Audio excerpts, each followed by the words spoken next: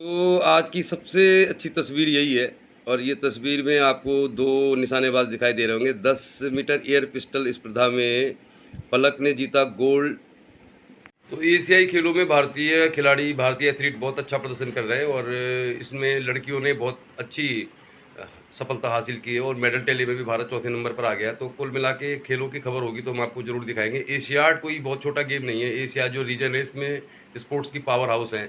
इसमें Korea, Japan, China ये strong country हैं। इसके अलावा इंडोनेशिया, थाईलैंड और जो सोवियत संघ से टूटे हुए देश हैं, कजाकिस्तान आदि, यहाँ पर बहुत अच्छे स्पोर्ट्समैन होते हैं, यानी कि बहुत वर्ल्ड क्लास एथलीट होते हैं। तो एशियाड में अगर मेडल्स मिलता है किसी भी खिलाड़ी को तो ये काफ़ी बड़ी उपलब्धि है। बताते हैं आपको विशेष तौर पर बेटियों ने किया है कमाल। तो किन लड़कियों ने प्रभावित किया इस एशियाड में अब तक। हालांकि अभी बहुत सारे इवेंट होने बाकी हैं। अभी बॉक्सिंग है, कुश्ती है, बहुत सारी इवेंट हैं। एथलेटिक है, मतलब यानी कि जो रेस होती हैं, रिले रेस होती हैं, लंबी दौड़ होती है, लंबी रेस की दौड़ होती है। बहुत सारे एथलेटिक जो प्रतियोगिताएं हैं अभी शुरू होंगी, लेकिन एशियाड में भारतीय खिलाड़ी अच्छा प्रदर्शन कर रहे हैं। तो आज की सबसे अच्छी तस्वीर यही है और ये तस्वीर में आपको 2 निशानेबाज दिखाई दे रहे होंगे। 10 मीटर एयर पिस्टल स्पर्धा में पलक ने जीता गोल्ड। पोडियम पर 2 खिलाड़ी एक साथ नजर आए। ऐसा बहुत कम होता है कि भारत के 2 खिलाड़ी, यानी गोल्ड जीता पलक ने और सिल्वर जीता ईशा ने। तो ये हैं हमारी बेटियां और आज की सबसे सुंदर तस्वीर भी यही है। तो उत्तर प्रदेश की किरण ने शॉटपुट में दिलाया है ब्राउन्स। रोहन बोपन्ना के साथ ऋतुजा ने लॉन टेनिस में फाइनल में प्रवेश कर लिया है। इसके अलावा 17 साल की पलक ने दिलाया गोल्ड मेडल। ऐश्वर्या और ईशा का ये चौथा पदक है। तो लड़कियों का कमाल जारी है। मनिका बत्रा भी अंतिम 8 में पहुंच गई हैं। तो मुक्केबाज जो जरीन है, निखत जरीन, वो भी सेमीफाइनल में पहुंच गई हैं। तो बहुत सारी जो लड़कियां हैं उन्होंने शानदार प्रदर्शन किया है। और मेंस बैडमिंटन में भी भारत की पोजीशन अच्छी है। यानी बैडमिंटन की जो टीम स्पर्धा होती है, टीम इवेंट होती है, उसमें सेमीफाइनल में पहुंच गई है भारत की बैडमिंटन टीम। तो एशियाई खेलों में भारत का जो प्रदर्शन है फिलहाल अच्छा चल रहा है। आने वाले दिनों में जब ये एथलेटिक दौड़ होंगी तो उसमें भी काफ़ी सारे मेडल्स मिलेंगे। तो ऐसा लगता है एशियाई खेलों में भारत की जो स्थिति है कुछ बेहतर है। हालांकि अगर आप मेडल टैली की बात करेंगे तो मेडल टैली में तो चाइना 100 से ऊपर है और इसके बाद दूसरे नंबर पर जापान 27 गोल्ड है, कोरिया के 26 गोल्ड हैं, भारत को भी 8 गोल्ड मिल चुके हैं। तो कुल मिला के कह सकते हैं कि भारत के खिलाड़ियों का प्रदर्शन अच्छा है। खैर क्रिकेट में तो वैसे भी भारतीय टीम काफ़ी स्ट्रॉन्ग नज़र आ रही है। तो खेल की खबर यही थी, बाकी कुछ और खबर दिखाते हैं आपको। तो आज आपको दिखा रहे हैं हम मालन पुल के पास क्या कुछ हो रहा है। आपका बच्चा स्कूल कैसे जाता है? हो सकता है आप बस से जाता हो, ऑटो से जाता हो, आपने वैन लगा रखी हो, कैब लगा रखी हो, या फिर आप उसे खुद ही छोड़ने जाते होंगे। अगर आपका बच्चा पब्लिक स्कूल में पढ़ता है तो ज़्यादातर बच्चों को छोड़ने की व्यवस्था हो जाती है। लेकिन मालन पार से बच्चे कैसे आ रहे हैं स्कूल? इन्हें जो बच्चे मालन पार रहते हैं, तो जिनके पास ऑटो रिक्शा नहीं है, जिनके पास बाइक स्कूटी नहीं है उनके पापा के पास, और जिनके पास स्कूल बस के पैसे भी नहीं हैं, क्योंकि सरकारी स्कूल में पढ़ने वाले बच्चे वही होते हैं ज़्यादातर जिनके पास संसाधन नहीं होते। पुल टूटने के बाद बच्चे कैसे आ रहे हैं स्कूल, दिखाते हैं आप। तो चलिए फिर मालन पुल टूटने के बाद क्या है कि जो बच्चे पब्लिक स्कूल में पढ़ते हैं, मतलब जो बच्चे पब्लिक स्कूल में पढ़ते हैं तो उनके पेरेंट्स बच्चों को अपनी गाड़ी से छोड़ने भी चले जाते हैं, बाइक स्कूटी से चले जाते हैं, कैब से चले जाते हैं। बहुत सारे बच्चे स्कूल बस से भी जाते हैं। इधर के बच्चे मालन पार जाते हैं, मालन पार के बच्चे इधर आते हैं। बहुत सारे स्कूल उधर भी इधर भी। लेकिन जो सरकारी स्कूल में बच्चे पढ़ते हैं, इंटर कॉलेज मोटर ढाक में जो बच्चे पढ़ते हैं, हल्दुखाता जसोदरपुर के गरीब घर के बच्चे, वो कैसे जाते हैं स्कूल, वो आपको दिखा रहे हैं हम। बड़े आराम से जाते हैं, बड़े आसानी से पुल को पार कर देते हैं।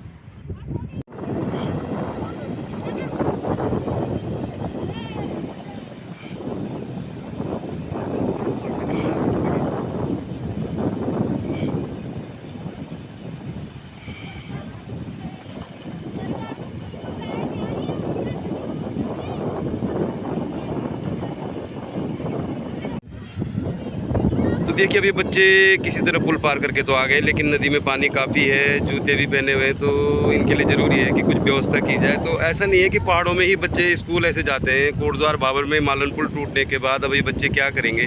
अभी कंडी मार्ग के रास्ते जाएंगे तो इनको 1 घंटा लग जाएगा। वहाँ पर धूल भी बहुत ज़्यादा है। तो फिलहाल मालन में दिखा रहा है आपको कैसे बच्चे, जिनको पढ़ना है, जिनको जीवन में आगे बढ़ना है, तो उन्हें स्कूल तो जाना ही पड़ेगा। स्कूल जाना है तो फिर नदी, टूटा हुआ पुल, रेत बजरी, रास्ता कैसा भी हो पार तो करना ही है। अब ये भाई उनके साथ आए हैं तो ये उनके लिए हेल्प कर रहे हैं। ये परमानेंट ही हो जाएगा मुझे लग रहा है। ये पार कर लिया इन्होंने। अब ये बच्चे ऐसे स्कूल पढ़ रहे हैं, तो भाई स्कूल पढ़ना बहुत ज़रूरी है, सभी के लिए ज़रूरी है। और देखिए अब ये पत्थर लगाया जा रहा है वहाँ पे। और ऐसा हम भी पहले जब किशनपुरी जाते थे पढ़ने स्कूल तो तब बहुत पानी आता था, हम लोग भी इस तरह ही जाया करते थे, लेकिन तब बहुत पानी होता था, कई बार साइकिल ले जाने की बड़ी दिक्कत होती थी। तो अब दिखा रहे हैं हम आपको कोटद्वार भाबर में मालन पुल टूटने के बाद क्या है स्थिति। सरकार ज़रूर ध्यान दे इस पुल को बनाने के लिए, कोशिश होनी चाहिए, और हम इसको अच्छा ही मानेंगे कि कम से कम बच्चों में कोई बहाना नहीं है, स्कूल जाना है तो जाना ही है। और ये हल्दू पार से आए हैं बच्चे, तो अब ये लड़कियां पहुंच गई दूसरे पड़ाव में। यहाँ पर भी वही परेशानी है, लेकिन यहाँ पे ज़्यादा नहीं है पानी, यहाँ पे ज़्यादा पानी नहीं है, तो एक पत्थर लगा देंगे वहाँ पे। तो मुझे लग रहा थोड़ा, क्योंकि स्कूल यूनिफॉर्म में शूज़ भी पहने होते हैं बच्चों ने, तो शूज़ अगर भीग जाएंगे तो क्लास में दिक्कत हो जाएगी। तो मालन पुल से दिखा रहे हैं हम आपको, बहुत सारे बच्चे हैं, ये बच्चे जो मालन पार से इधर आते हैं। अब पब्लिक स्कूल के बच्चों के लिए तो गाड़ियाँ हैं, बसें हैं, उनके माँ बाप छोड़ भी देते हैं बाइक स्कूटी से, लेकिन जिसके पास नहीं है उसने भी पढ़ना है, और भारत का संविधान है, सब पढ़ेंगे, आगे बढ़ेंगे। लेकिन बाधाएं पार करने की आदत अगर पहले पड़ जाएंगी तो जीवन में जो आगे संघर्ष है वो भी कम पड़ता है, यानी कि ज़रूरी है बच्चे। और अब देखिए वो भाई साहब आए, शायद उनके गार्जियन है, वो पूरा रास्ता तैयार कर रहे हैं। अभी बच्चों के लिए रास्ता तैयार किया जा रहा है ताकि बच्चों के जो जूते हैं ना, लड़कियों के, वो जूते भीगे ना। तो केबी न्यूज़ में दिखा रहे हैं हम आपको, स्कूल चले हम, रास्ता कैसा भी है, जाना ही जाना है। तो मालन पुल में इस समय यहाँ पर शायद कामयाब नहीं हो रहा है, ये शायद नीचे कोई और जगह देखे। बालक जो अब आपको स्क्रीन में दिखाई दे रहे हैं, शॉर्ट में जिनको देखा होगा आपने, सबसे पहले इन्होंने पार किया था बड़े आराम से, ऋतिक रोशन की तरह उड़ते उड़ते। अच्छा, ये तो मैंने सुना होगा। क्या कह रहे हो भाई तुम, पुल बनवाना है? अच्छा जी, ये बच्चे भी कह रहे हैं कि पुल बनवाओ जल्दी से, तो हम आपकी बात पहुंचा देंगे। और ये है जी सफ़र स्कूल जाने वालों का, रोज़ाना का ही है लगभग। और ये 1 2 3 4 नहीं, कई सारे बहुत बच्चे आते हैं इस तरह पार करके, और इनके पास ऑप्शन भी तो नहीं है कोई, कैसे आएंगे स्कूल फिर? यही तरीका बेस्ट इन्होंने अपनाया है। अब इसमें शूज़ की बड़ी प्रॉब्लम है, जूते भीग जाते हैं बच्चों के। अब ये डाल दिया पत्थर, एक आध और डाल दो। और ये कह रहे भाई हमारे लिए पुल बनाओ, तो सही है, क्या करेंगे बच्चे, ऐसे स्कूल आ रहे हैं तो बड़ा मुश्किल है सभी के लिए पार करना। कितनी बार जो जारी है, सिलसिला जारी है, बहुत सारे बच्चे अब ये गायब हो जाएंगे, नीचे दिखाई नहीं देंगे, कैमरे की रेंज में नहीं आते। तो फिर देखिए इस तरह इन्होंने पार कर लिया है, रास्ता भी जाएंगे स्कूल, तो ठीक है, स्कूल जाना बहुत ज़रूरी है। अब स्कूल जाने के लिए कितनी मुश्किलों का सामना कर रहे हैं ये बच्चे। तो आप जिनके माँ बाप ने पब्लिक स्कूलों में बच्चों को भर्ती किया हुआ है, जहाँ बस लगी हुई है, सारी व्यवस्था उन्हीं के लिए हुई है एक्चुअल में। अब जो ये बच्चे हैं सरकारी स्कूल में पढ़ने वाले, इन बच्चों को बड़ी मुश्किल से करना है पार। अब ये 3 और आ गए, अब ये देख रहे हैं कि भाई पानी तो खैर ज़्यादा नहीं है, लेकिन मेन समस्या ये है कि बच्चे शूज़ पहन के घर से निकले हैं, अब इनको शूज़ निकालने पड़ेंगे। तो कुल मिला के मालन पुल बना दे सरकार, बच्चे भी यही कह रहे हैं। और अब ये बच्चे पैदल आते तो इन पर कोई ऑप्शन नहीं है ना, अगर ये कहाँ से आएंगे फिर? अगर इनके पास इतने पैसे होते ऑटो, तो फिर सरकारी स्कूल में पढ़ते ही क्यों? अगर इनके पास पैसे होते ऑटो के लिए, ऑटो से अगर आएंगे बच्चे रोज़ाना, तो इनका 3-4 हज़ार तो ऑटो का ही खर्चा आ जाएगा। पैदल अगर कंडी मार्ग के रास्ते आएंगे, ये मोहकोट के ऊपर कड़वाश्रम के मार्ग से आएंगे तो 2 घंटे लग जाएंगे। कंडी मार्ग के रास्ते भी आएंगे, यानी कि जो नीचे है, तो वहाँ से भी इनको करीब 1 घंटा लग जाएगा। तो मुश्किल है हालात, मगर बच्चे हैं, उन्हें पढ़ना है तो पढ़ना है। तो चलिए फिर, मालन पुल टूटने से बहुत सारे लोगों को फ़र्क नहीं पड़ता होगा, लेकिन इन बच्चों को पड़ता है। अब ये बच्चे आ रहे हैं, नदी पार करके जा रहे हैं, तो कुल मिला के हालात ख़राब ही है। तो देखिए फिर बच्चे अब कैसे भी है आ ही रहे, स्कूल जाना ही जाना है बच्चों को। तो ये इन्होंने पार कर लिया है दरिया, और ये अब पहुंच जाएंगे स्कूल, क्योंकि स्कूल ज़्यादा दूर नहीं है, बिल्कुल पास में ही है। तो बड़े बड़े आगे चलने के लिए बहुत सारे रास्ते पार करने पड़ते हैं बच्चों को। तो दिखा रहे हैं हम आप ये स्कूल, बच्चे खुश हैं, नदी पार करके पहुँचे स्कूल, तो अच्छा है बच्चे पहुँच गए। ये इंटर कॉलेज का गेट है, और भी 2 बच्चे हैं, तो सारे बच्चे स्कूल पहुँच गए। अच्छा, ये सबसे पहले आया था ऋतिक रोशन। तो दिखा रहे हैं हम आपको, स्कूल पहुँच गए बच्चे, दिखा रहे हैं हम आपको केबी न्यूज़ पे। तो आप देखिए ये पुल में वैसे दीवार रखी हुई थी, हवा बहुत अच्छी चल रही है यहाँ पे, बहुत सारे यहाँ पे बच्चे भी आए थे, एक्सरसाइज कर रहे हैं। यहाँ पर एक मवेशी है, और ये हमें कुछ यहाँ पे लड़के हैं युवा, उन्होंने बताया कि इस मवेशी का जो सींग है ना, इसकी आँख में जा रहा है, यानी कि जो उसकी आँख में जा रहा है, तो उससे काफ़ी तकलीफ़ हो सकती है। तो कोशिश करेंगे वेटनरी वालों को इसकी जानकारी दे दें, और अगर ये यहीं पर मिल जाएगा बाद में भी तो ये बात ज़रूर पहुंचा देंगे। इसकी आँख में जा रहा है सिंग और इससे इसको परेशानी हो सकती है, हो भी रही होगी शायद। तो सिंग जो था इसका मवेशी का, ये थोड़ा मुड़ गया है, हो सकता है किसी से साथ भिड़ंत हो गई होगी इसकी। तो इसका जो सिंग है ना, इसकी आंखों में जा रहा है, दिखा रहा है मैं आपको। तो ये मुश्किल है, मारने भी आ रहा भाई। तो और शायद उसे परेशानी है, इसीलिए वो, चलो फिर वेटनरी वालों को दिखा देंगे, इसको परेशानी है थोड़ी।